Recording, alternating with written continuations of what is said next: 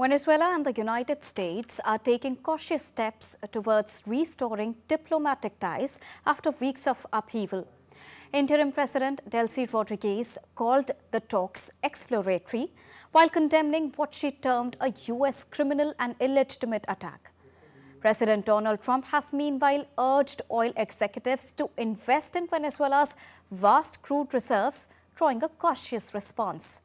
DD India's repertoire gets us more. Take a look. Following weeks of unprecedented upheaval, Venezuela and the United States are taking cautious steps towards restoring diplomatic relations. Caracas confirmed on Friday that U.S. envoys have arrived for talks on reopening embassies and resuming formal relations. Venezuela's interim president, Delcy Rodriguez, described the move as exploratory while condemning what she called Washington's criminal and illegitimate attack. I want to address our Foreign Minister Jovan Gil's statement where he informed the country and the international community that the Venezuelan government and the United States government are exploring channels to open embassies with what objective? To retaliate the complaint against the aggression our people suffered? Because our women, our men, our girls, our boys, we are deeply impacted by an aggression of this nature.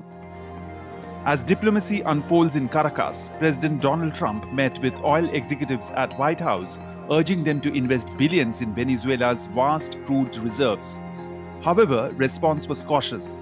Trump said oil companies would deal directly with Washington, not Caracas. Executives from Chevron, ExxonMobil, ConocoPhillips, Continental Resources and European firms including Shell, Repsol and Eni attended the meeting. ExxonMobil CEO Darren Woods said Venezuela remains uninvestable without sweeping legal and commercial reforms, despite Trump's security guarantees. If we look at the legal and commercial constructs and frameworks in place today in Venezuela, today it's uninvestable.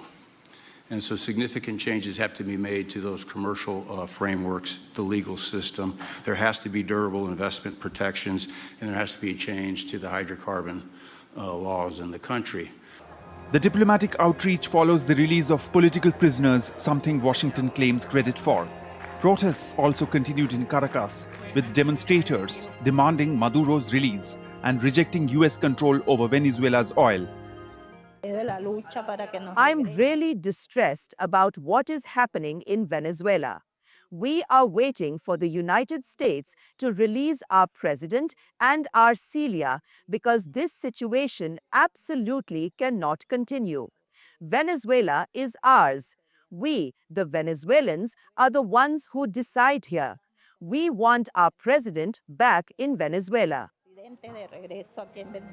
As Washington pushes ahead with plans to control Venezuela's oil revenues, fragile talks now underway may determine whether the two sides move towards cooperation or deeper confrontation. Rabindra Chauhan's report, DD India.